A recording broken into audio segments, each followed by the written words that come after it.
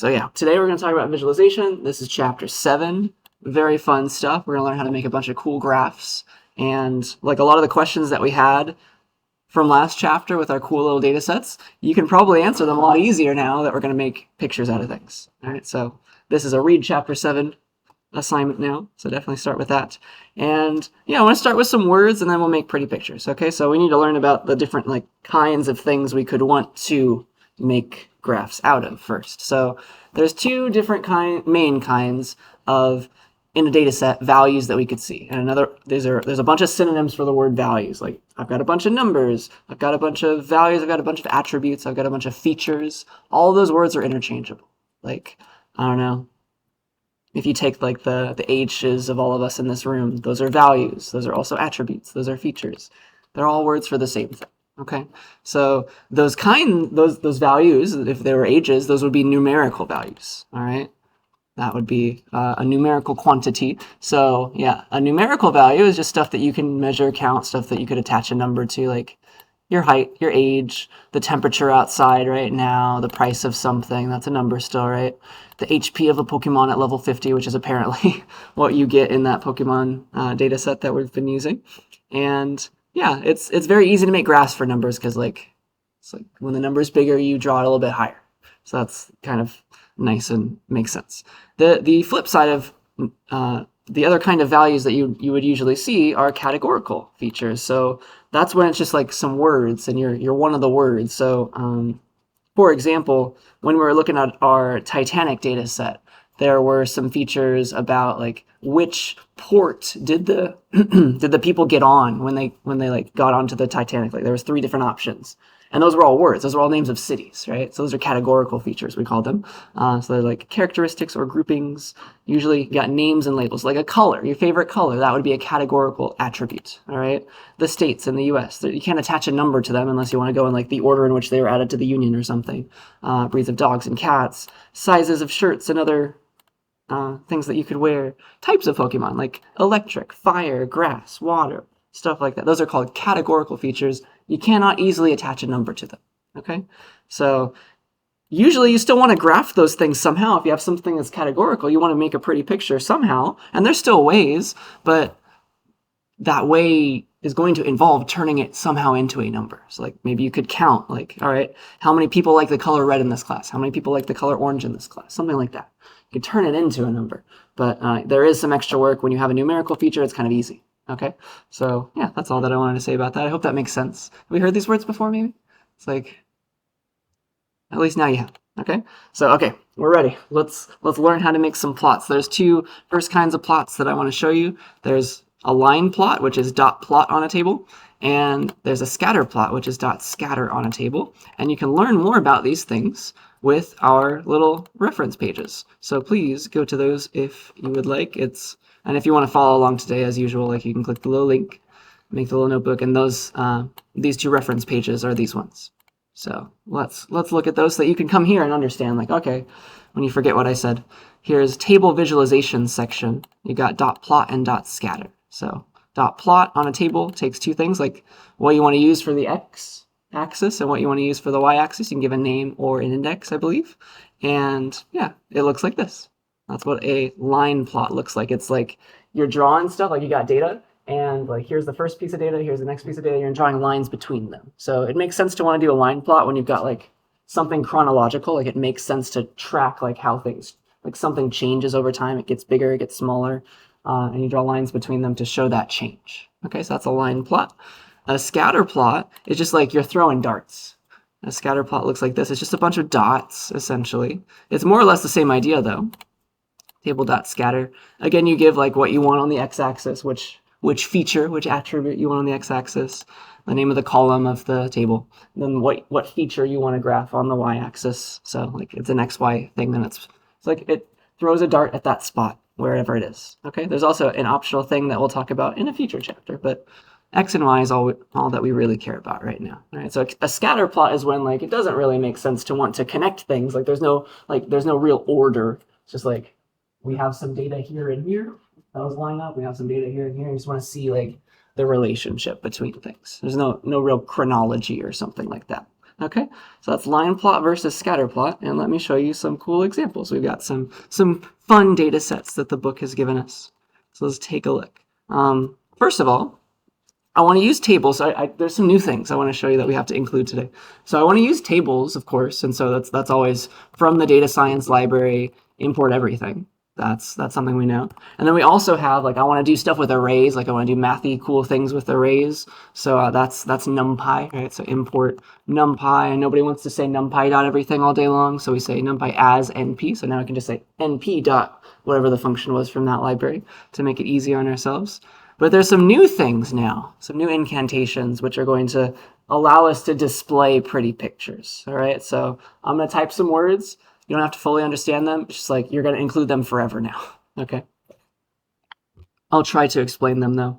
So it starts with a percent sign of all things. Let's see. I'm just going to type it. Matplotlib inline. Did I spell that right? Yeah. And then matplotlib is a library that draws stuff. So import matplotlib dot pyplot. It's like Python plotting abilities as all that as just PLT if I ever want to use it. And plt.style, like the way that it chooses which colors to like graph things with, use the style that is built in called 538, which is like a website that did like political stuff, and everybody likes the colors that they use apparently, but that's what your book uses. All right. So these three things talk about a matplotlib library, which is what the data science library is using deep down. It's another library in Python, another module that like gives you access to making pretty pictures, making graphs. Okay. And so these are like making sure it's included so that we could ask it to do things for us. And then this inline thing just means like when I press Shift Enter and I told you to plot something, show me that plot. Don't like save it to a PDF file or something. I want to see it right now. That's what inline means. Put it inline. So yeah, gonna run that. And that is everything that I gave you, I think, in theory. That's all we could ever hope to need on any notebook. So I think that's what I gave you in this blank one as well. Okay, so yeah, if you'd like to play around, the data set that we're going to use is, if you go to our code from class, it's going to be, the first one is a data set of a bunch of actors in a bunch of movies. I forget when they stopped updating it, but it's interesting, like how many movies they've made and how much money they've made from those movies. So in the data folder, it's actors.csv. That's the one we're going to look at today. If you want to download that, drag it in as usual. So let's look at some actors and plot how much money they've made, maybe. All right. So I'm going to read a table. Table.read table, and it's in my data folder, and I'm calling it actors.csv. Wherever you put it, maybe it's not in a data folder. So read it in however you need to. And I'll call that actors, and this is what the table looks like. So we've got these labels, which correspond now to features. We know those now, right? Those words. So actor is a categorical feature, isn't it? It's just somebody's name. There's no number associated with Harrison Ford, Samuel Jackson, right? None of that. Then you've got money amounts. Money amounts in this table are in millions of dollars. So this is Harrison Ford has made over the amount of time he's been working over $4 billion, apparently, which is impressive. Whenever they made this data set, he's been in 41 movies. That's a numerical. So this is a numerical data column, right? So number of movies this actor has been in, and this is the average amount of money he's made per movie, about a little over $100 million. Must be nice. And then this is apparently whenever they made this data set, maybe it's changed, I'm not sure. This is the #1 movie that he's been in terms of probably amount of money from that it earned in the box office. It's like apparently this Star Wars film that he was in made close to $1 billion, and good for him. All right. So yeah, I think that's all that I want to say about that. So that's the actors table, and let's make. I think it's easier to start with a scatter plot. So I'm gonna call this section scatter plots. So a scatter plot is when there's no like correspondence. It's like there's no chronology. It's just like I've got a bunch of different actors. I want to see where they lie. All right. So let's make a scatter plot of the actors. So I got my table name and I say dot scatter. And if we go to the documentation page, where is that? It's dot scatter. You give what column you want to use for the X, That's the horizontal stuff, horizontal information, and then you give the column you want to use for the y, the vertical information. So you're going to plot x's and y's together. So I would like to plot, or I'd like to make a scatter plot, please, of these actors with, let's graph how the number of movies, so that'll be on the x-axis, number of movies corresponds to like the total gross amount that this actor's ever made over time. So total gross. And I think you can imagine what it's going to look like. Whee, pretty. So apparently, if you've made more movies, you're usually going to make a lot more money over time, right? So you see kind of there's a trend upward, but some people have been in like not a lot of movies, but those movies have made a lot of money individually. So those are like really popular films, maybe. Does that make sense? That's how that's like corresponding, okay? So this poor actor was in 40 films, whoever this is, 40 movies exactly, but they didn't really get very much money. So it's like a bad actor or something. I don't know. They take the cheap films, or the ones that don't do well in the box office. But yeah, can you kind of interpret those things with me? You see how I'm kind of understanding all that. So that's kind of cool. Let's see, what else could we graph? Like you can want to graph different things now. So okay, we've got all these columns, got all these features. Scatter plots need numerical things. So like we got to pick some number column. Do average, gross, number of movies, total gross.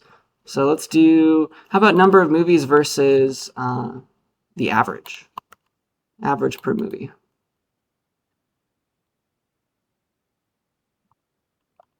Average per movie, and you gotta do it exactly capitalized in the way that this column is labeled. So you could also have given the index of the column, so 0, 1, 2, 3 would be this. Either way. Cool. Okay, so it looks like the more you've been in, it looks like for a given actor, right? This is a bunch of actors. For a given actor, the more movies you've been in, the less you make per movie. Can we justify that? Does that make sense to us? What does that mean about the actors that take on a lot of movies?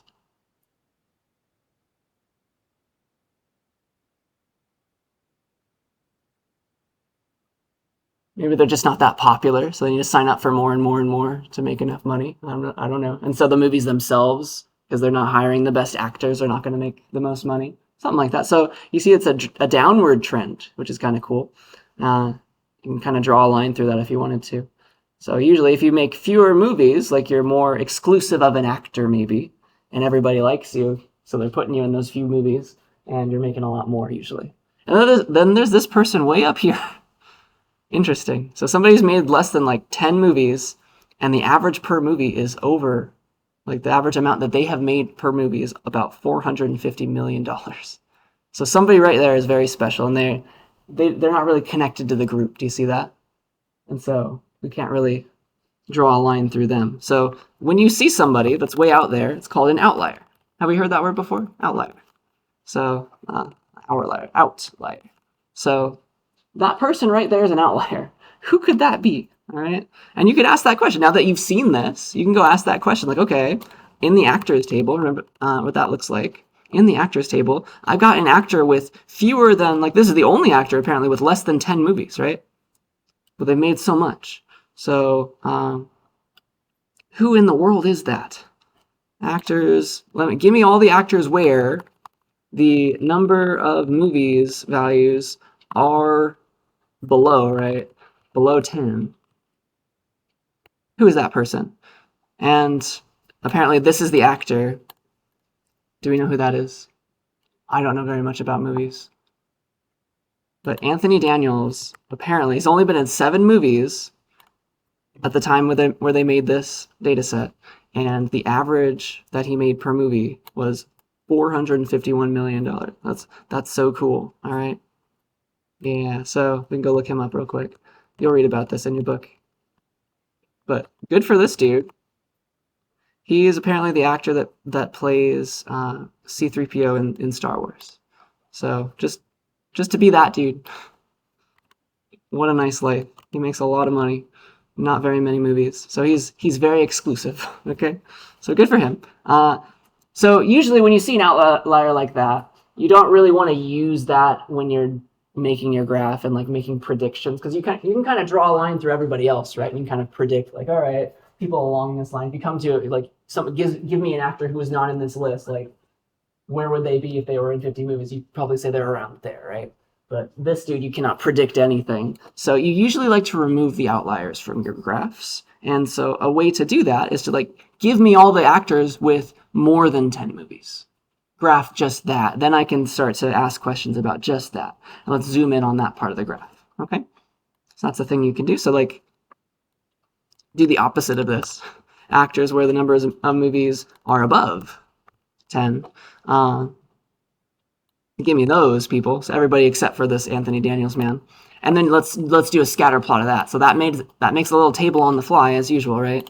And then you can do dot scatter x's and y's all over again. Does that make sense? So we've gotten rid of Anthony Daniels. Sorry. And then you can kind of see that there's a clearer trend now. Does that make sense? How we're reading all this? It's cool to think about. So yeah, every one of these points is a person, and they've been like this person's been about 45 movies ish, and they made about $75 million per movie. Good for them. All right.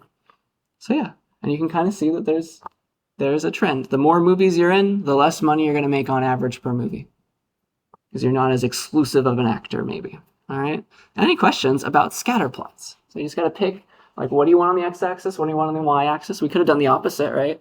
Average per movie could have been on the x, number of movies could have been on the y. It's up to you how you want to visualize these things. But scatter plots are very, very useful and very, very common.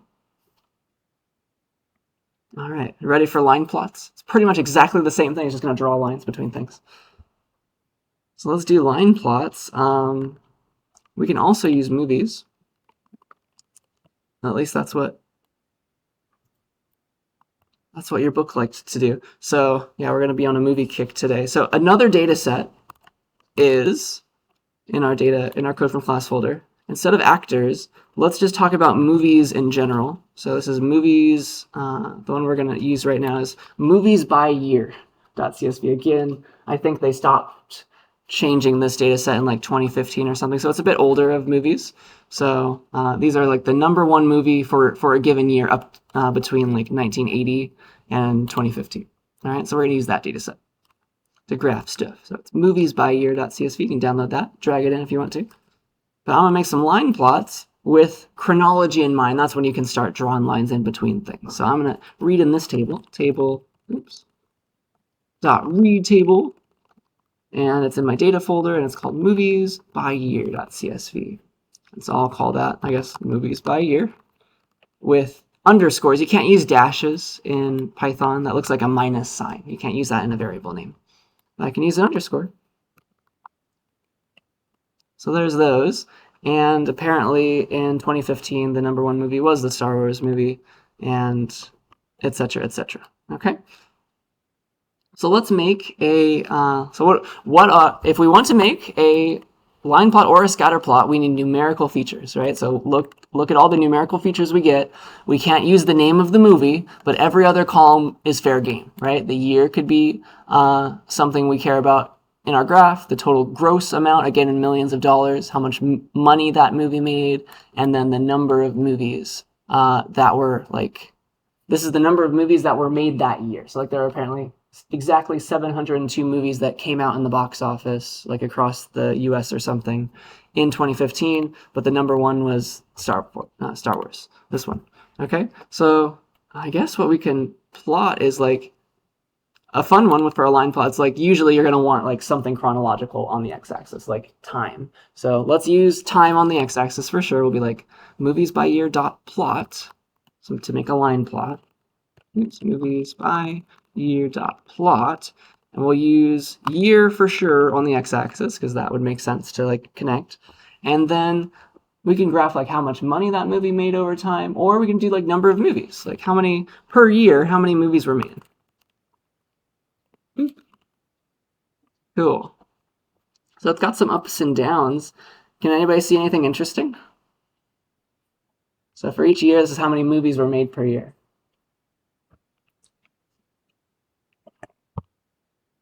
Any thoughts?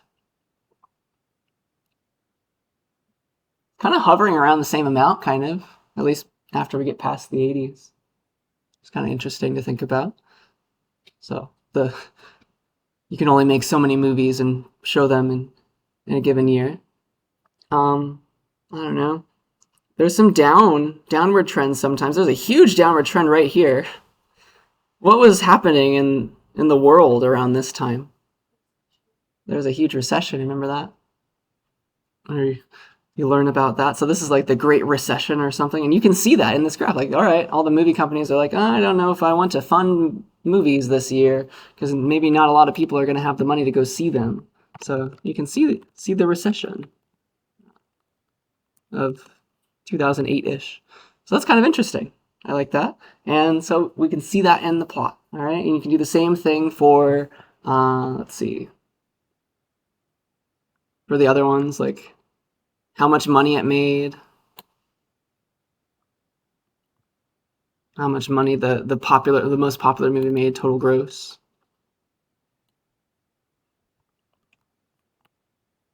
And it looks like, I mean, inflation, of course, but over time, more and more money per popular movie. It's kind of cool to think about. Let's see. And you can also focus in on a time that you care about, right? You don't have to plot every movie that's in your data set. You can plot just a few, okay?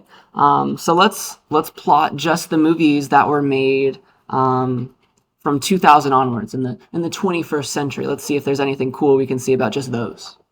All right. At least we can zoom in on the recession. We can see what's happening there in a bigger way.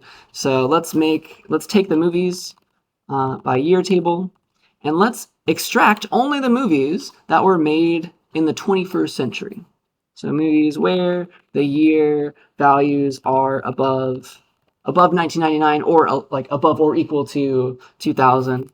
It's less typing to do it this way, at least. So we can get that, and then we can plot that. All right. So we can call this. This is actually a good educational moment.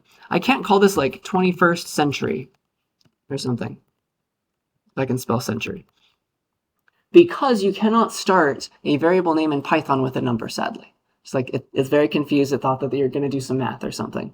So you kind of have to do it backwards if you want to include this, like century number 21. I don't know. So you cannot include a variable name.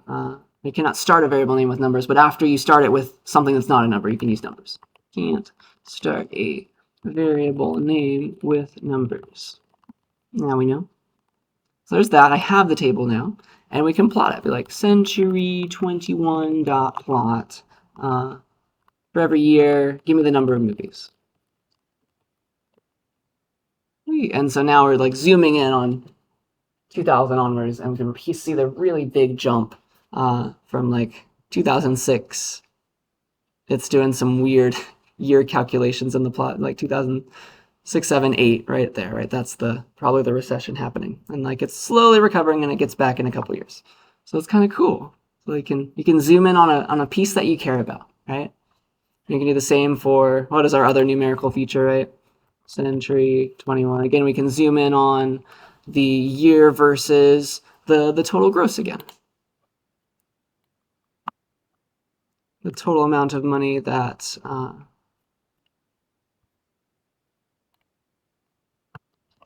that movie made in that year. And you can see that there is a general upward trend. Could be because more people are going to the movies, could be because inflation. Probably both. All right, something like that. So yeah, just like you have a question, you can draw a picture to answer that question sometimes. Are there any questions about how I made these plots? Like it makes sense that like that's an x-axis thing, that's a y-axis thing, and we're seeing the trend over time. Nice. Let's see. What do I want to say here? I know you can always pick out like a certain movie. Like I want to know what happened in 2010 or something. I don't know. Like obviously something was very important around then. It's like century 21 dot where the year value is equal to 2010 or something. I don't know. What was that movie? So what am I plotting right there? Oh, it was Toy Story 3. Okay, cool. It made a lot of money. $10 billion. Good for them. So yeah, that is scatter plots. when you don't have anything that needs to be connected, it's just like some points for like people. And then line plots where there's like a chronology involved. Like you want to show something usually over time. Okay? So that's kind of the difference and why you may or may not want to connect things. Any questions about those two kinds of graphs? They're useful, right? You can very quickly make them and see some cool results. All right, are we ready for trying to graph categorical features now? It's like, how are we going to deal with that? Like, I want to graph colors. I want to graph dogs. Let's figure it out. All right, so that's going to be bar stuff. But actually, you know what? I did make a question for you guys first. Let's do that. All right, so let's take our Fresno data set that I made for us. So that's the max min temperatures in Fresno. Let's read that in. And can you try to do a graph of that? Please, like take a few minutes to like help each other and try it. But go get my Fresno max min temperatures data set again if you don't have it already, like this one. Download that, drag it in. Remember that you can press tab to have it auto-complete the name because it's a very long name. So you get all these dates and the highest highs and the lowest lows. And I'd like you to graph one of those temperatures over time if you can. All right? Think about what kind of plot you're going to need for that. Here's both plots. Beep. So I'll put those right there for you to see. Pick which one you want, which one you think is best. And then like try to graph the highest highs or the lowest lows, whichever one you want. Try to do both if you can. And then think about, like, do you want this to be a scatter plot? Do you want this to be a line plot? Like, which one's going to work the best for you? And then because the names of the dates are really long, it will try to display those for you, and it will like all blend in together and look very ugly. So if you would like to try, before you make your graph, you can turn on the interactive plot so you can like zoom in. That lets you zoom in rather than making like a picture. So you can try that if you would like. When you want to turn that off, you have to say table.static plots. But yeah, take a couple minutes to get that data set, read and practice, remember how to do that, and try to make a graph of like temperature over time. What is the highest high and lowest low of Fresno as the year progresses? What are all the records?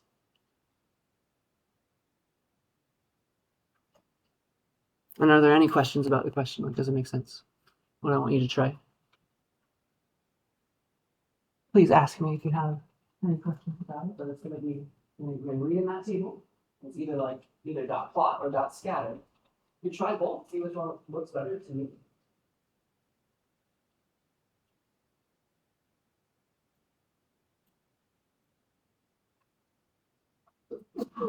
Let's see. Weird.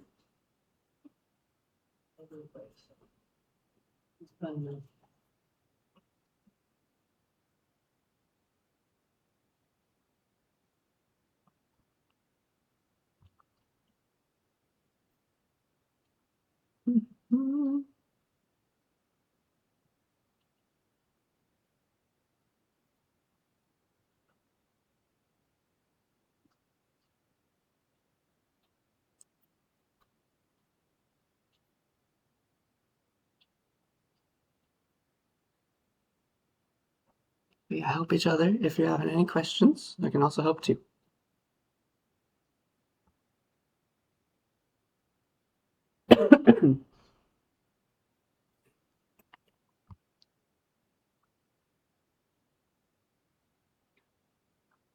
And this is kind of interesting. The dates, those are strings, right?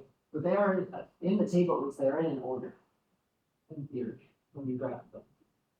So hopefully, it'll know. At least when I try to open it. That's fine. Interesting. Yeah.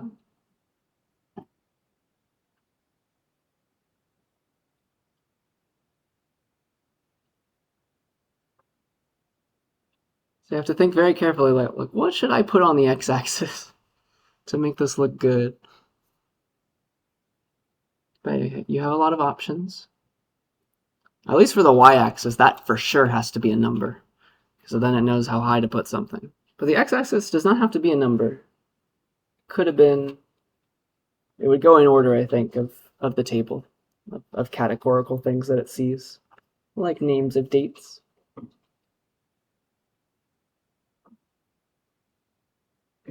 I'll give you another minute to play around. This is fun. Yeah, try the table.interactive plots if you want. Before you make your graph, like turn that on, and you can turn it off with that to see the difference. It lets you like zoom in, like hover over and see the values. It's kind of cool.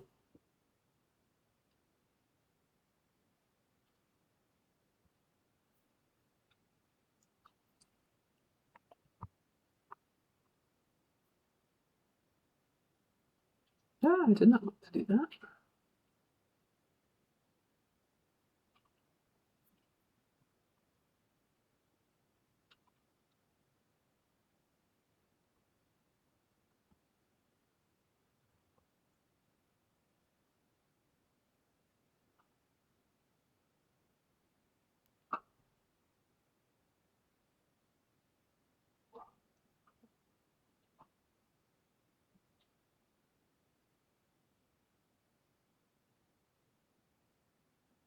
Interesting.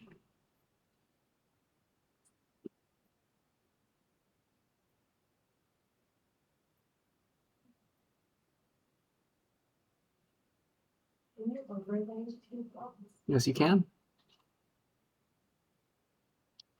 Absolutely. I don't remember if you can do that for line plots, but for sure for scatter plots. So that's my timer at least. Let's see. Is that somewhere here? Not quite.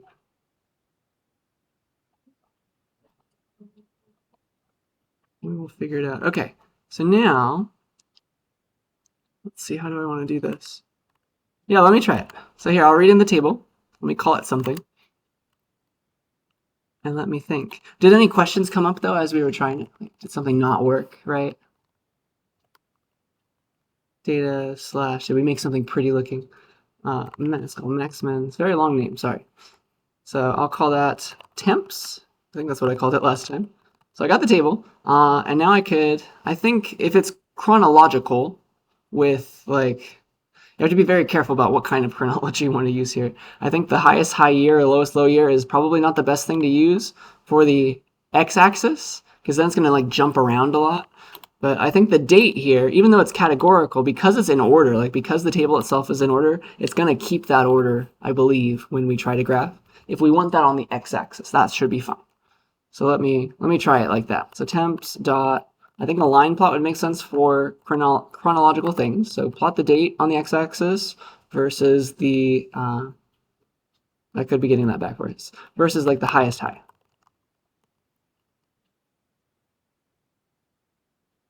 That makes sense. Like there's the summer. Is that the one we made? That was pretty nice. It's very hard to see though, because this is just like a solid black line right now. It's trying to display like 01/01, 01/02, and like it's putting them like sideways, and it's making only a certain like size picture right now in terms of pixels, and so it's just like everything's on top of everything else, and so it's very hard to see.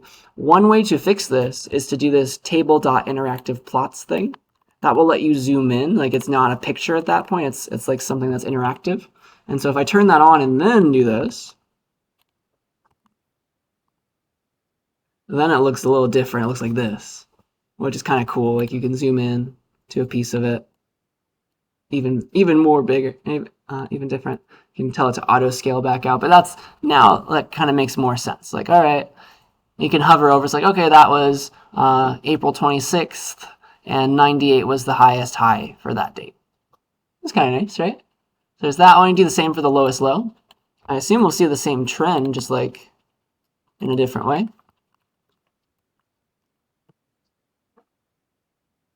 Look at it. Almost the same, though it looks like it stays a little bit cooler into June for the lows. It's kind of nice. So yeah, those are the graphs, and you can kind of see how they correspond to one another. It's like that's how weather works, right? Were there any other kind of graphs that we made that were other than these? I saw some of us making scatter plots. That could be interesting. I don't know. Let me turn off the interactivity and go back to static plots again. What are some other options? We got temps. What could we have? We can have the year, highest high year versus the highest high. Like, what does that look like? That might be interesting. I'm not sure. Because they're not in order, like it jumps around, like maybe there is no value for 1954 or something. There's not really, it doesn't really make sense to want to like connect things, I would, in my mind. I think it would make more sense as a scatter plot to me. Times dot scatter with like by year, highest high year, and what was the highest high maybe? I don't know. And that is all over the place, isn't it? So it's like, all right, it looks like you can kind of see that there must have been some sort of heat wave in the late 1800s, early 1900s. Like there's a lot of dots around there with high numbers. That would make sense, right? And then you can kind of see global warming happening here if you think about it. Like there's more dots on this side of the graph, right? So we're setting more records, I would say. You can think about it that way. That's kind of cool. All right. Yeah, I think that's what I wanted to say. And so and you can also see when they line up, like this year for a lot of days there was a heat wave or something, and like it was setting records for a long amount of time.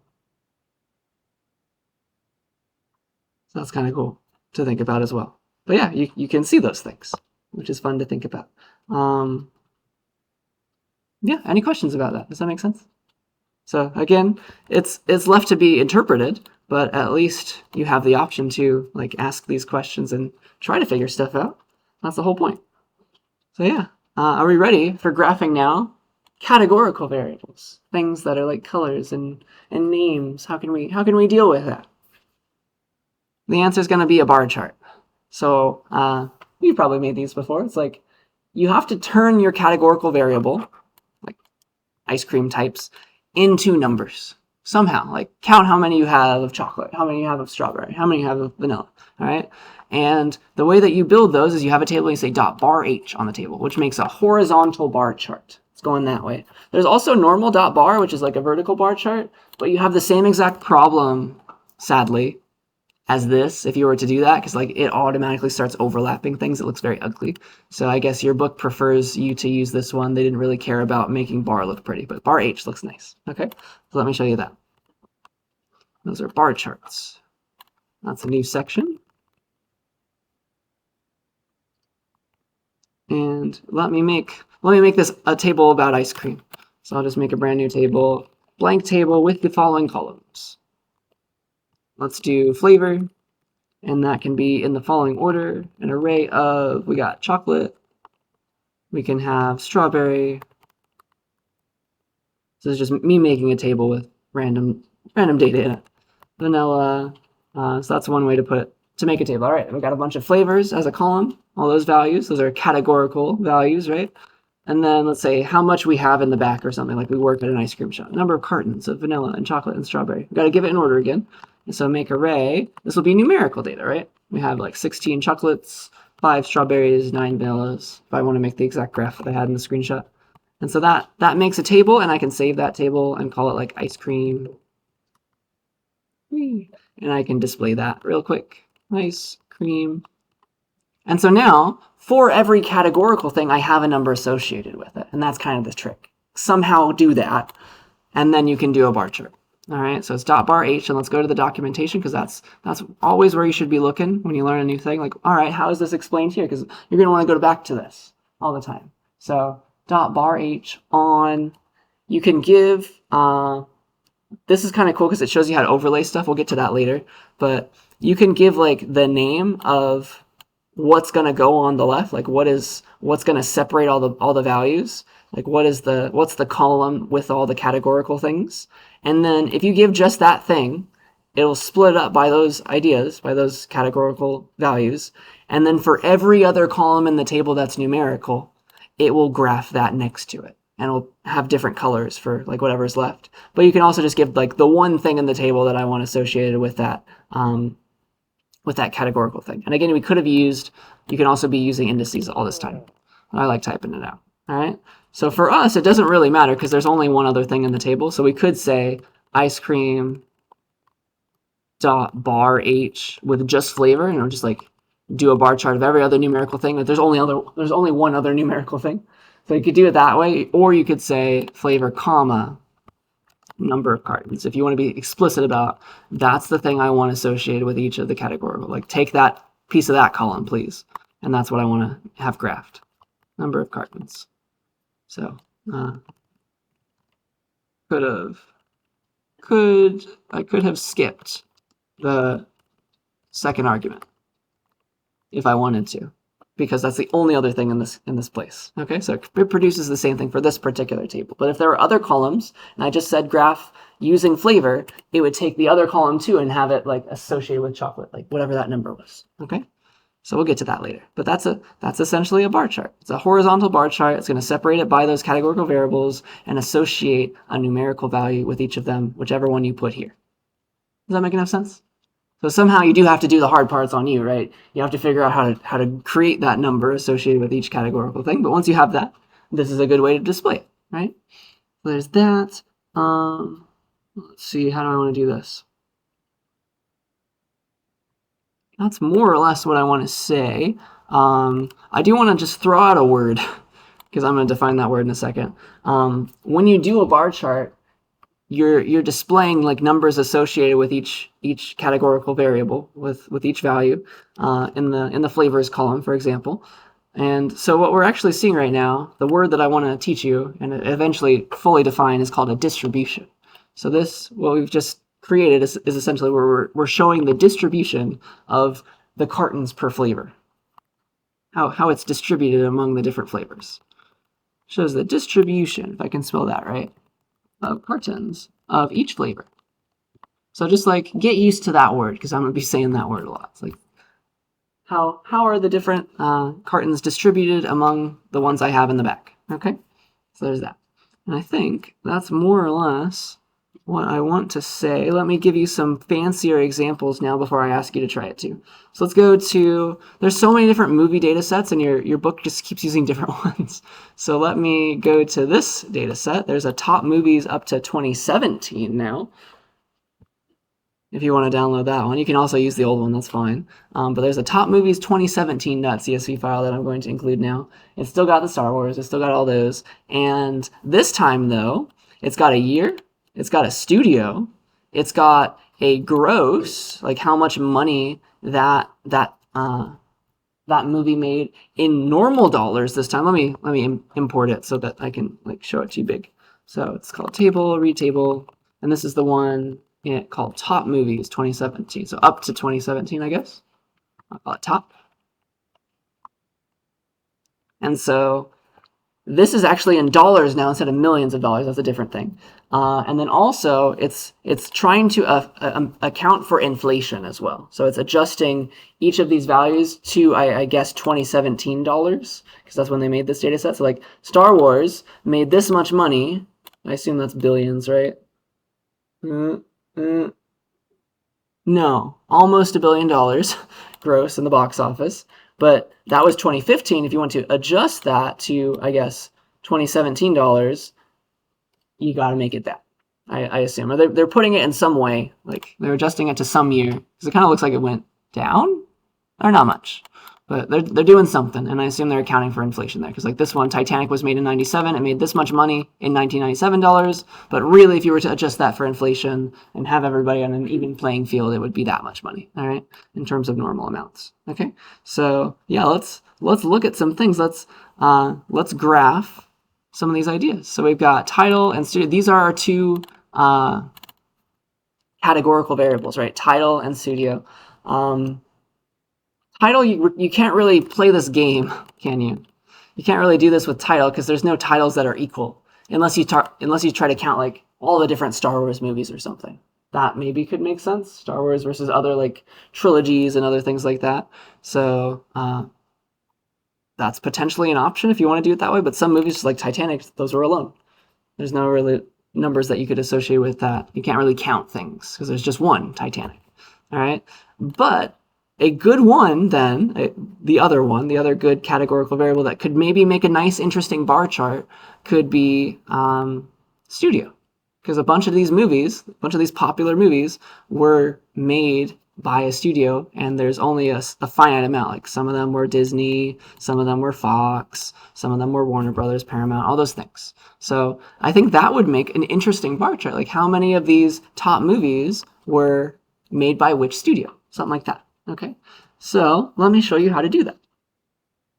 There's a new idea, and I'm going to explain this in full next time, but I think that this makes the most sense, right? Let's take a look at, I guess we only care about now title and studio or something. Like, yeah.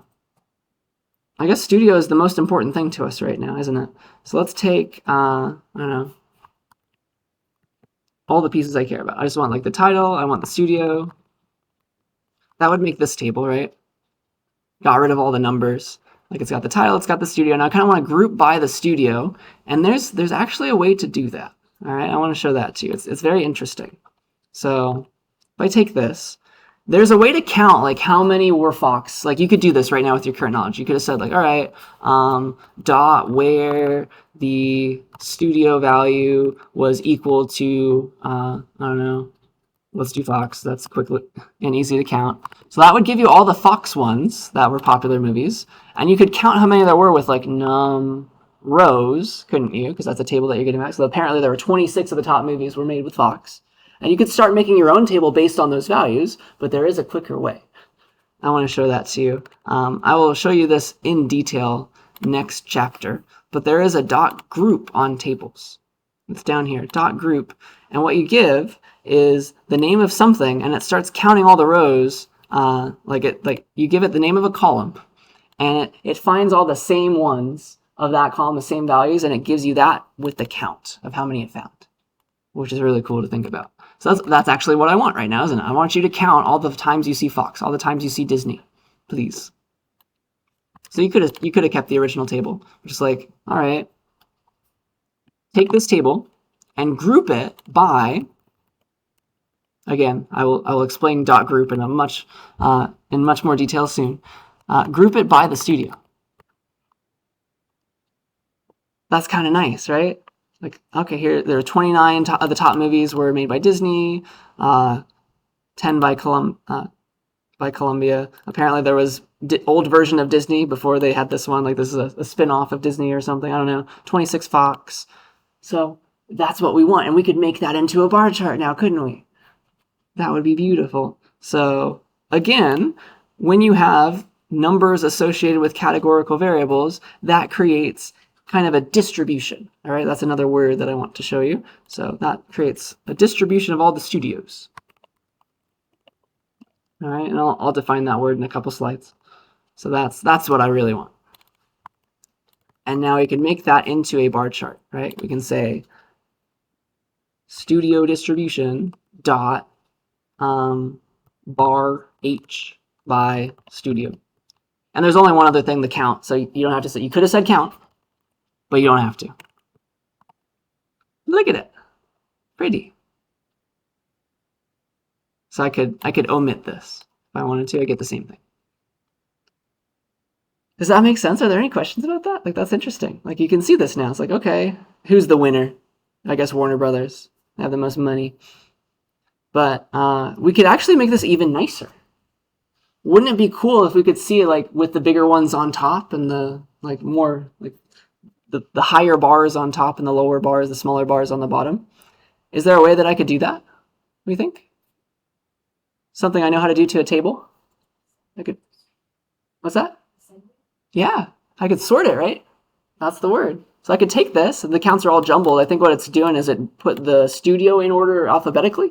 Like maybe that's what we wanted this whole time, I don't know. But I think it would be cooler to look at the studio distribution if we were to first sort it either ascending or descending by that count.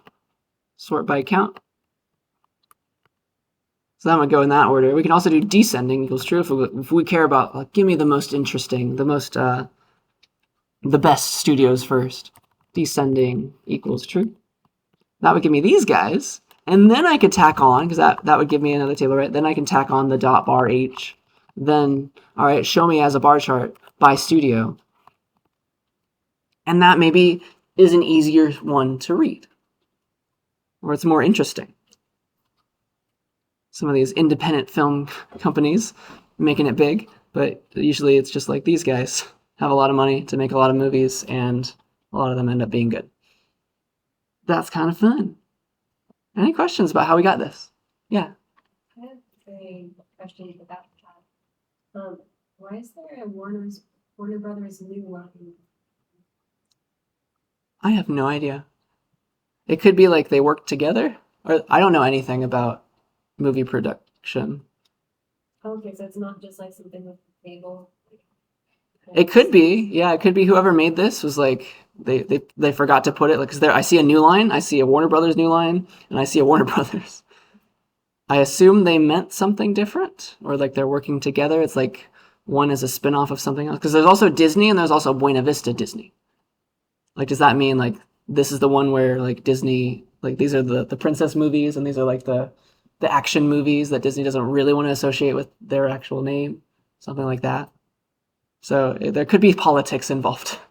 I'm really not sure. We'll have to look that up. But yeah, by seeing that, now maybe that makes us want to go look that up further. Like that, now we're data scientists. So that's a great thing to notice. Other thoughts, questions? I did not make this data set, so I do not fully understand what's going on with all these different movie production people. I'm not very, I don't know much about pop culture, guys. But yeah, we've made beautiful bar charts together. It's wonderful.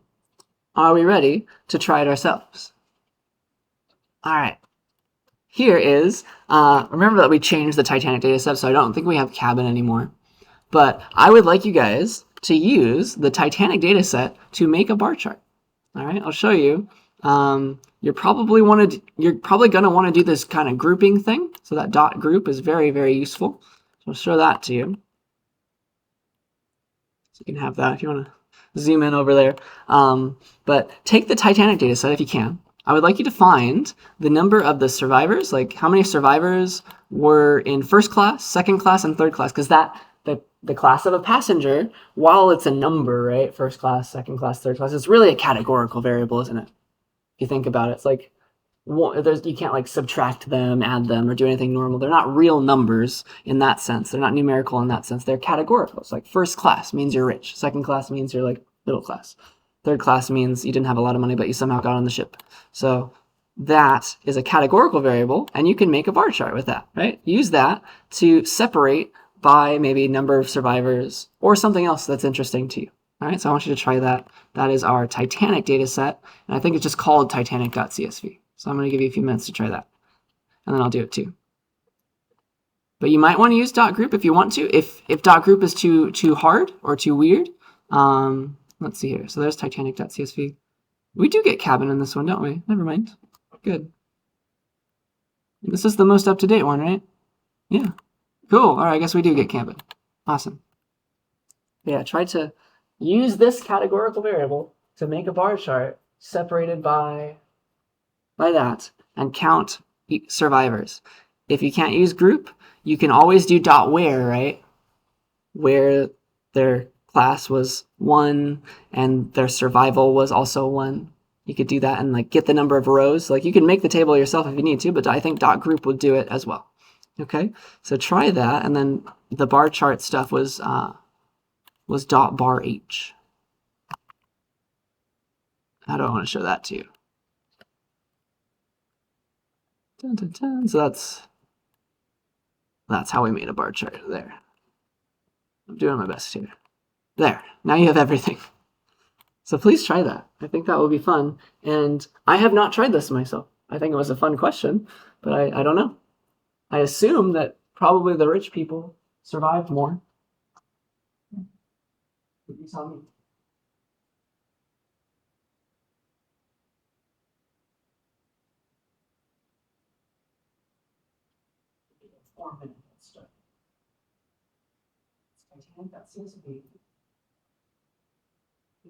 Table.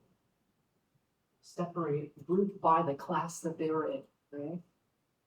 But only pick out the survivors. So there's going to be an order to it, isn't there? It's like, all right, make sure they survived, because otherwise it's just the count of all the passengers in first class, the count of all the passengers in second class, which is also maybe interesting.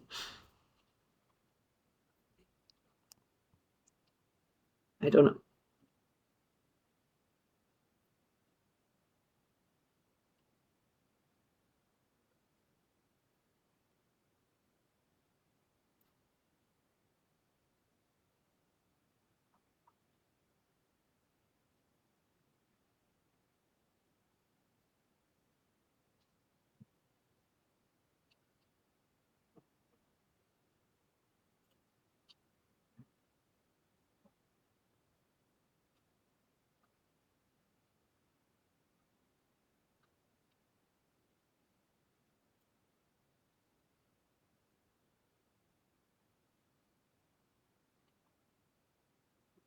That's sweet.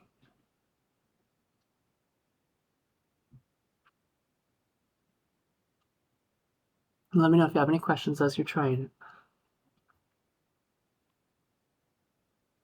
Because that's an interesting question, right? And a bar chart would answer it.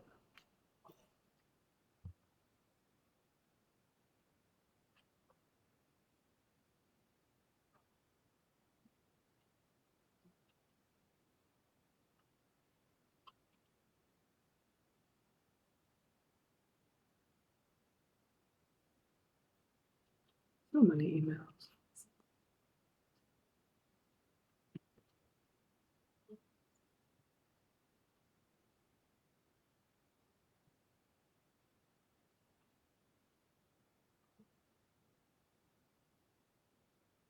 So it's like experience.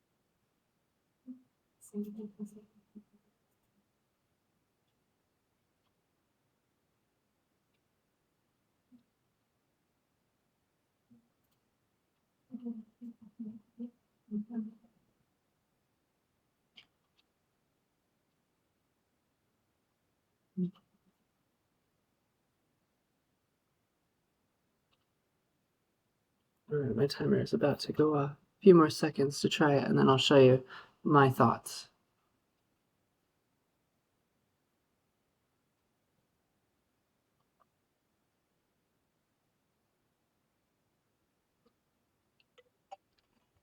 Oh, it's so loud. All right. First of all, did any questions come up as we were trying this? Were we able to make it work? At least get most of the way there. If I gave you more time, it would work. So yeah, let's try this. So what I want again is like for the survivors. So I'm gonna have to pick out just the survivors. I don't care about the ones who died, sadly, sorry. And then I also want to pick out the individual classes, and I think I could do that dot group thing for them. If not, I could do a dot where and figure out the counts and make a new table myself. So one way or another, I can get those counts associated with each class of passenger ticket. First class, second class, or third class. So I'll read it in. Titanic equals table dot read table from my data folder / Titanic.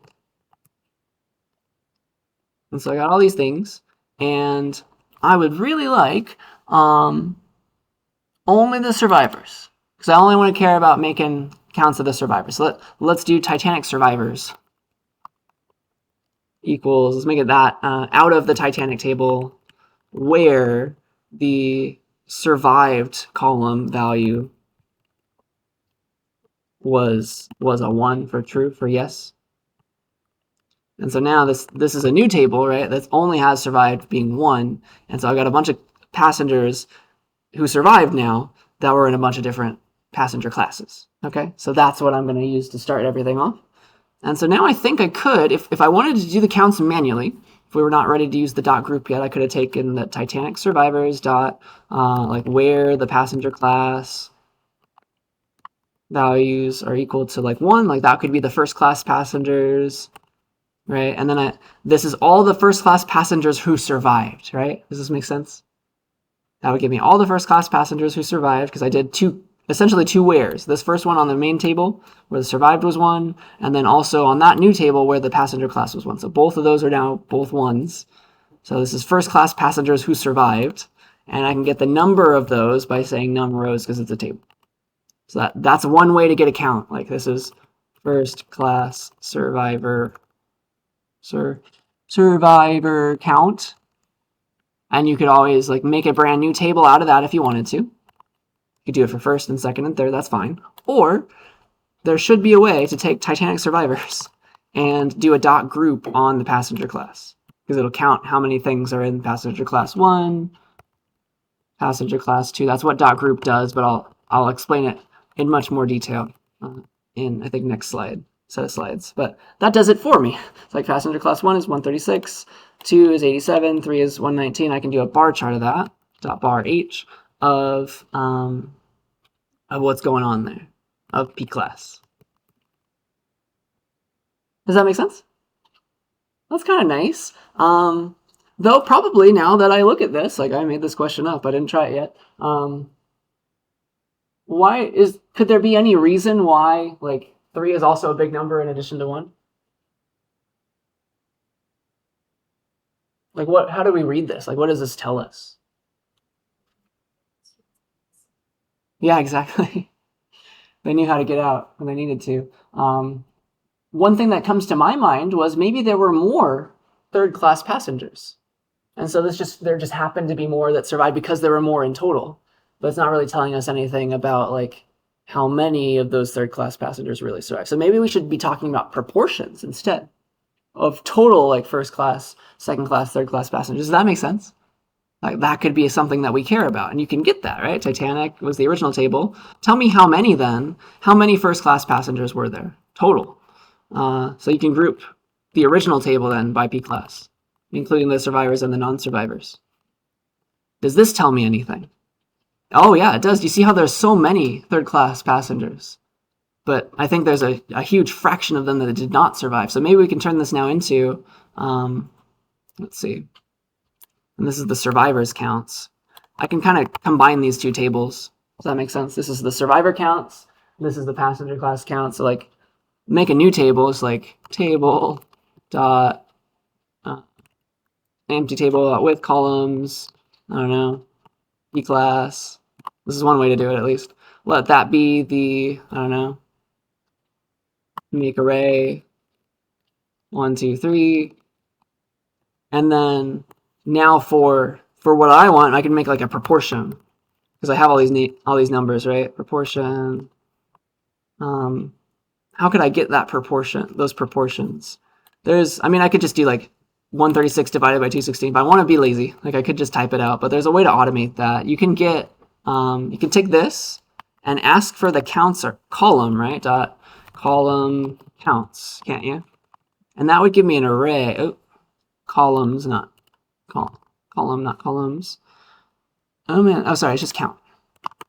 I'm getting that mixed up. So that's an array, and I can do math on arrays, right? So like this gives me this column right here.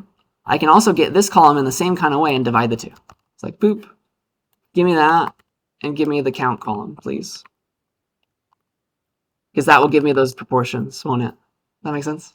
And so this could be, it's more typing, but like if you had more classes, like that would be the answer probably. Like that's another way to get that proportion. So like that's a percentage now. And so that's my new table. And I could do a bar H on that. And maybe that's more telling. Like, all right, that kind of makes more sense in my mind. Okay, yeah, on average, over half of the first class passengers survived. Almost half of the second class passengers survived. And a very good deal of the third class passengers did not survive at all. Do you see how that's very different to this graph? Interesting to think about. So like just maybe there are more of them. Like it just so happened that a lot of them sadly did not make it proportionally, which is, I don't know, interesting. So that's like, you got to think about your question really hard, I guess, is the moral of this story. But like we can do this kind of analysis now. We have that ability. I think that's fun. Are there any questions about this example? Make enough sense? So I think that's fun, for me at least. Before we switch topics, so we have a little bit of time left, we can get started on the next one at least. We'll definitely not finish these slides today. I do want to just tell you that like now that you know how to do this, you can really confuse people if you wanted to. So graphs, people aren't great at graphs, so at reading them especially. So here is a silly little like news thing where they're trying to like scare people. It's like, all right, if the tax cuts expire, the top tax rate is going to be, it's going to, right now it's 35%, but then it's going to go to 39.6%. Do you see how wide the difference is there? Because they zoomed in on the graph. Does that make sense? And so it's like fear mongering. That's not good. So like if you were to actually make the original graph, it would look like that, not that. Does that make sense? So don't be evil now that you know how to do this stuff. Okay, start your axes in a way that makes sense. All right, so that's one thing I guess I want to say. So yeah, that's just the basics of graphing so far. You got line plots for like chronological things, scatter for just like show me the relationship. There's no need to connect the dots. And then bar charts are great for categorical variables when you have some number associated with them somehow that you've made. Okay, yeah, we ready for the next topic? We only have a few more minutes, so we'll get started on it, and then we'll do the rest. So we'll do the rest next time. I would like to talk now about that word I've been saying, distributions. All right, so the distribution of a variable, like how is it distributed among all the values that it takes on, essentially. That's what we're going to. So you maybe heard the word, if you've taken a statistics class, like the normal distribution is a very, very important idea that we will eventually talk about. All right, and so like for anything that you have, like there's a distribution of all the values that this thing could take on. All right, so that's what we want to talk about now, and we need to learn some more words. We know some of these now, though, right? So everybody, when we have a table, like we're taking data, right? We're taking data on something, on Titanic passengers, for example, and each of those passengers, each of those rows of data, we call those individuals. And like the movies in the top movies list, those are also, we call those individuals. So it's like we're anthropomorphizing things, I guess. We're treating them like humans, I guess, no matter what we're taking. Even Pokemon, like each of the rows, every row in your table is an individual, just somebody with some attributes that we've recorded down, okay? And then all of your attributes, those are sometimes also called variables, right? And those are all the different column values that you have. So like, I don't know, we had a p-class column. That was a variable, all right? It was a categorical variable, even though it's a number, in my opinion, all right? So your variables attributes could be like, they could be categorical, they could be numerical. You can do math on them, you can count them, and they're taking on different values. Sometimes they take on the same value, okay? But every time you have a row, every time you have an individual, they only have one value for their variable. So like this particular passenger was in first class. You cannot be in both first and second class. Does that make sense? Unless something weird happened, but like that's not what we're trying to do. This passenger was in third class. All right. So every individual has exactly one value. That's important when we're dealing with distributions. And when you have all that together, all of these every variable that you could ever have, as long as they have just one, they have a distribution, right? Every variable has a distribution, like how many passengers were within which class, something like that. So that if you want to spell that out, it's like for each different value of the variable, first class, second class, third class, for example, it's like the frequency, like how many people are in first class, how many people are in second class, how many people are in third class, how many Pokemon were fire type, how many Pokemon were electric type, how many Pokemon were water type. That's a distribution. Does that make sense? That's where we're going. Like you can count the frequencies of things that they share, all right, and the values that they take on. So yeah, a distribution is like you have every individual that you're taking data on, they're only in one category, all right? So like if you were to deal with proportions, then the percents that you would create would add up to 100% exactly. Nobody's in more than one category, all right? So like this study, for example, of like which adults go online and how often. So like some of these people are like, percent of U.S. adults who say they go online almost constantly, 31%, several times a day, 48%. I don't know which one you guys are in. About once a day, several times a week, less often than that, less than daily. I never go online. 7% of adults, maybe the older ones. So that's a distribution, right, of people and how they go online. Does that make sense? It adds up to 100. Everybody who responded was in just one category only. And we could make a graph out of this, right? Like there's a decent amount, 31, 48, 6. Like we could draw that. That is what a distribution looks like, something like that. Okay. Eventually, once it becomes like smooth, we can do something like that. So there's that. You do have to be careful though, because some things that look like distributions are not, because they have overlaps. The overlaps or bad. There are no-nos for distribution land stuff. So this was another survey where people responded about like a major reason why they would find it difficult to quarantine themselves during COVID for at least 14 days. Like how many people would find that difficult? So these respondents could pick multiple options. Like, all right, maybe a decent amount of people pick both of these. And so these are proportions still, but they're adding up to much more than 100, right? You're already at what? You're already at 80-ish once after these two slides. Over 100, there's no distribution at that point, okay? So you just have to have one. Each individual has to be in just exactly one of those categories, all right? Take on exactly one value. So you do have to be careful. You can only do distribution stuff with distributions, all right? So this is not a distribution because things took on multiple values. But once you have a distribution, you can try to you could think about the ranges of things and start counting. You can count those frequencies. A very common way to deal with the visualizing a distribution and the values that it takes on, especially for numerical things, is to put them into little bins. Because like if you have a bunch of different numerical values, like you want to care about okay, what about the ones between 0 and 5, the ones between 5 and 10, the ones between 10 and 15? Like you don't want to count each one individually. You want to group them up. You want to put them into little bins. All right, so that's called binning, which makes sense.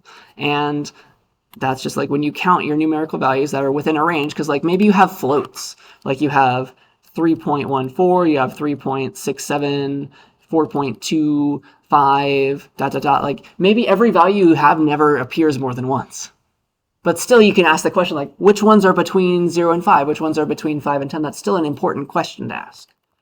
So that's why we bin things. I guess I can keep those on the slides. That's important, right? What's within these ranges that's something I care about. Those versus what about the ones that are bigger, 12.5, 13.7? Maybe they don't take on the same value ever, but they're close. That's what we care about. All right. So when you do this binning process, at least in terms of the way the book is going to teach this to you, bins, they are defined by their lower bounds. The lower bound of the bin, and then the upper bound of your bin becomes the lower bound of the next bin. You have to decide all right, if we're going to go by fives, let's say all right, here I've got some data, I want to put them into bins by fives, and so I'll have a 160 to 165 bin. The question now is, do I put 160 in this bin, and do I put 165 in this bin? And so the trade-off that we're going to make here is we're going to say this is the 160 to 165 bin, but it's going to be like this. It's going to be 160 left side, lower bound inclusive, upper bound exclusive. So if we see 165 exactly, it's going in this bin. Does that make sense? That's the trade-off we're going to make, and that looks nice. It works well mathematically. That's the reason they do that. So that's how bins work. And so if we split it by fives, anything between exactly 160 inclusive all the way to 164.9999 is going to go in this one. And then for this one, from here to here, it's going to be 165 inclusive onwards to 169.9999. Okay, not exactly 170. So that's how that would work. You pick the width of your bins. That's up to you. But let's say that we have these numbers. Let's put them into the bins, and I'll show you how we could maybe graph them. All right. So 188, that would be in the 185 to 190 bin, right? And so I'll draw a little line to mean that all right, I have a value there. Boop. There's that one. Then 170, that would go in not this one, the 165 to 170, because it's not including the upper bound. It would go in this one. This bin right here. So it's 170 to 175. 170 inclusive to 175 exclusive. So this guy would go right here. Boop. Something like that. 189, again, would go here. Whee. 163 would go here, right? It's in the middle. We don't even have to care about the bounds. 183 would go between 180 and 185, right? 171 here, right? 185, okay, which one? This one or this one? Second one, yeah. It's always the lower bound is inclusive, the upper bound is exclusive. So it would go to this one. 168 would be over here. Yeah. Boop. And 173 would be this one. So that is a way to visualize a distribution of values that potentially take on, maybe the numbers are never the same. I don't think they are here, right? The numbers are never the same, but still, some of these ranges are more important. They're more frequent than others, yes? So that's the kind of thing you can ask with a with a binning process. Okay, that will help us visualize our distributions. So yeah, any questions about that process? Because there's a way in Tableland to automate this and eventually graph it. Okay, we do have to be very careful when we are plotting our distributions, when we're making these kinds of graphs, especially when the sizes of our bins are different. Because like maybe you choose like, okay, maybe this is a bin from here to here. You could also just make bigger bins. Like maybe the bin for the next one could be like from here to here or something. The second you do that, the graphs might look a little weird unless you do something special. And so that might be the last thing I explain today. So when you're doing binning stuff and you're trying to draw a picture of a distribution, you have to be really, really careful when your bins have different sizes. All right, so here's a picture example of the problem. So because you want things to be relative to one another, okay? So the second your bins are the wrong size, they're not equal, then you get weird ideas. So here is a problem that I will explain why it's a problem soon, all right? So here is a silly slide from like an announcement of a new iPad. So they had a little picture on the slide of like, all right, the previous iPad had this battery, and then the new iPad has this battery. It is 70% bigger. This slide is horrible in that case, right? They're like, this is a 70% bigger battery. It's supposed to be 70% bigger battery. Does it look like a 70% bigger battery to us? How big does it look on the page? Yeah, it looks like, I don't know, how many of these batteries are in there? Like 1, 2, maybe 3-ish? It was like 300% bigger, doesn't it? But what they did is they stretched it, right? All right, maybe this is a length. They did 70% bigger width or something. That's how they scaled that image. But doing that also scaled the height, didn't it? And so now the whole battery looks huge, and that's not 70% bigger. That's a lie. That's making the consumers confused, right?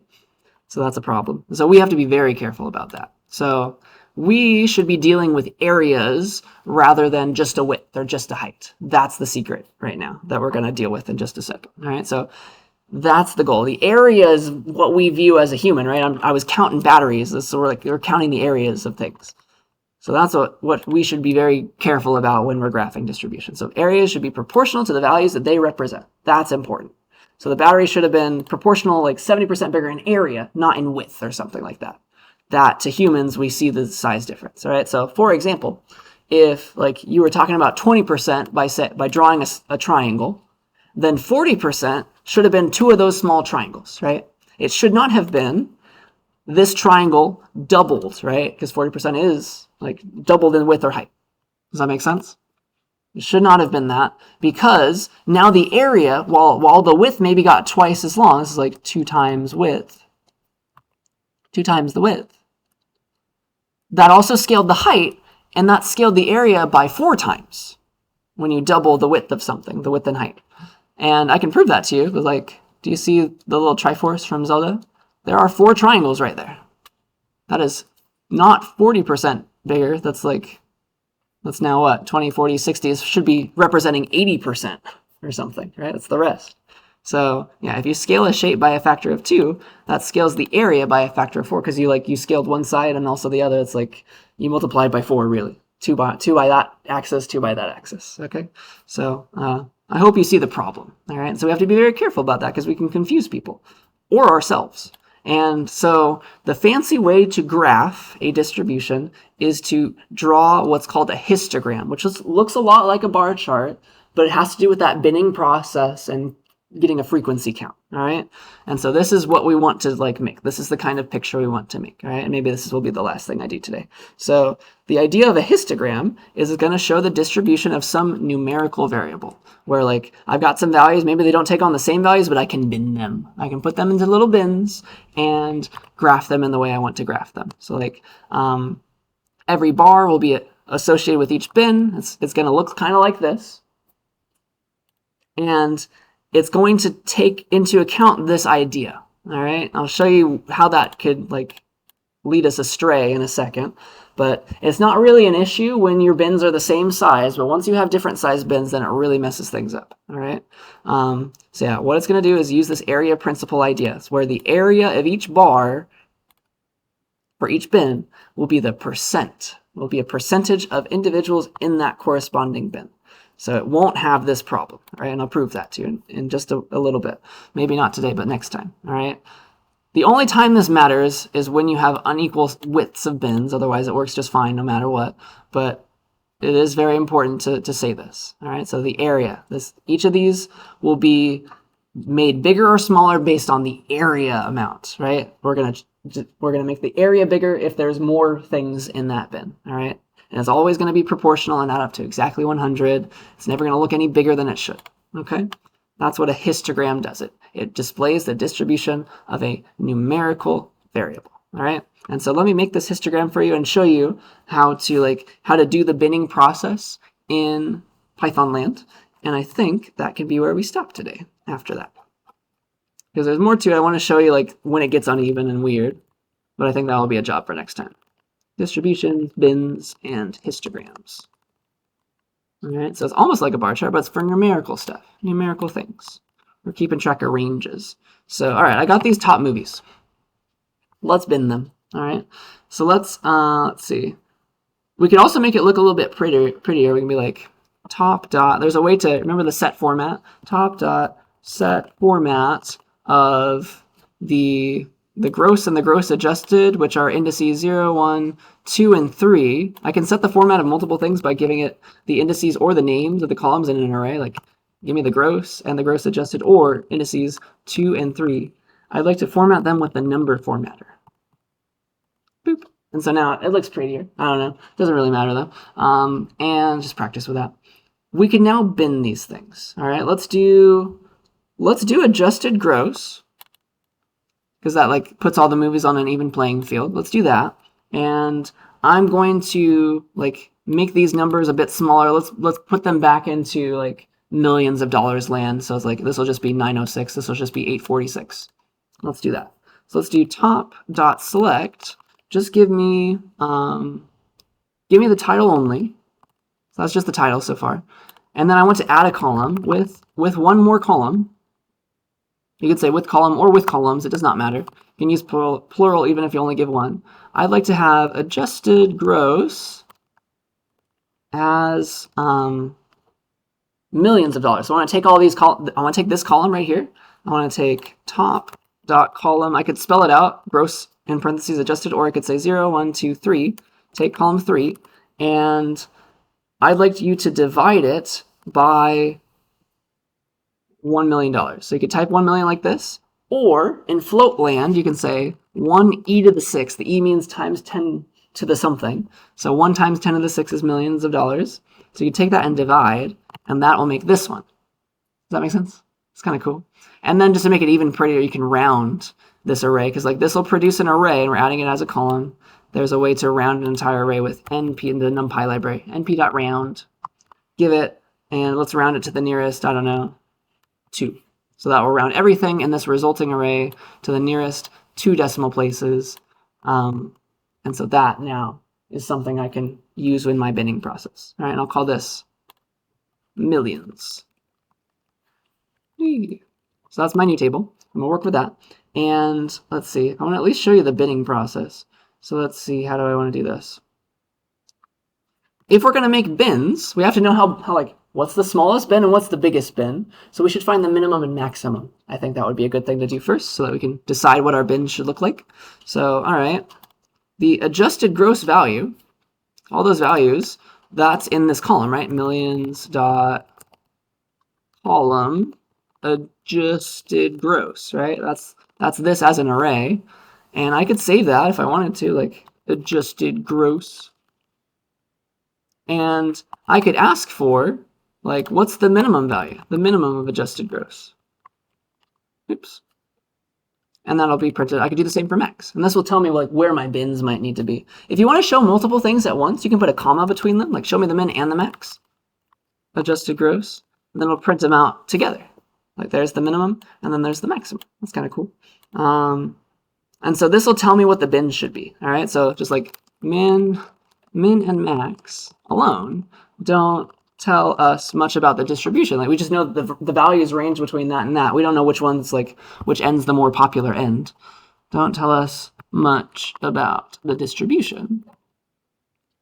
But but they'll help us bin things. That's the goal, at least. All right. So, all right, maybe we should start our first bin at 300 million. That could be a good starting value. And we can go up to maybe, if we want to do it by hundreds of millions, we could do like up to 1,800 million. That could work. And so the way that you ask for bins is there's a dot bin on tables. That's the answer. All right, so it's here somewhere. Is it in this one? Dot bin. Oh no. There it is. So it's in the other one. It's like create these things out of an index or a column name, and you can give it. It'll make automatically some bins for you. It'll make 10 equal spaced bins if you give it nothing, but you can also give it the bins you want as well. All right, so let me show that to you. So let's see. What's the best way to do this? So you can say millions dot bin by the, first of all, what does millions look like? It's this thing. Bin it by the adjusted gross. Dot bin by the adjusted gross. Okay. And so what it will do is it will make 10, exactly 10 different bins and put them into there. And the way that you read this automatically makes 10 bins. And let me show the whole thing, because there's actually an 11th row, and this is how it's working. It's saying that the first bin, the way that you read this output is you say the first bin goes from here to here, inclusive 322.26 up to 465.813 exclusive. So the values between this thing and this thing, there's that many. That's how it's doing it. Does that make sense? That's how it's doing it. And then the next bin is between here and here, so inclusive of this one, exclusive of this one, and there's 52 of those. Does that make sense?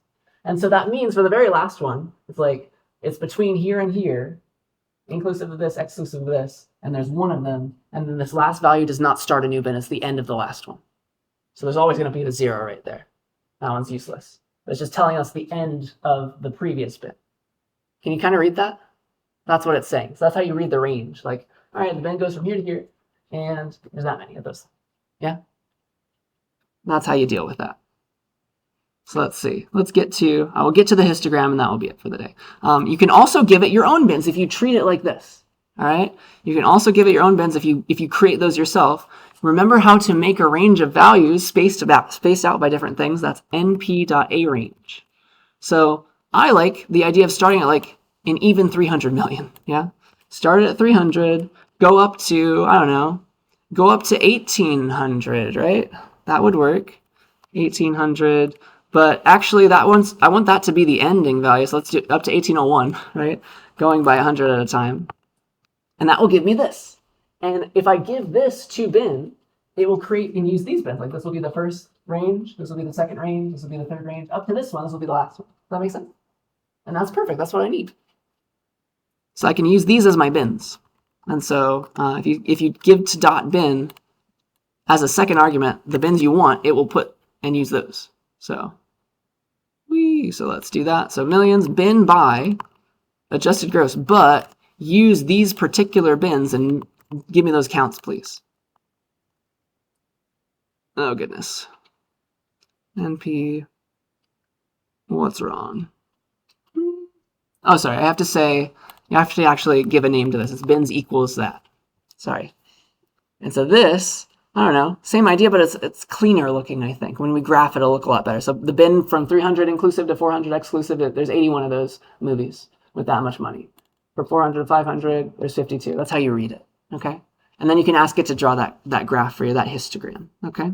And so the way you do it is you say, instead of dot bin, you do dot hist for dot histogram. And it takes the same ideas as dot bin, but it's going to draw a picture instead.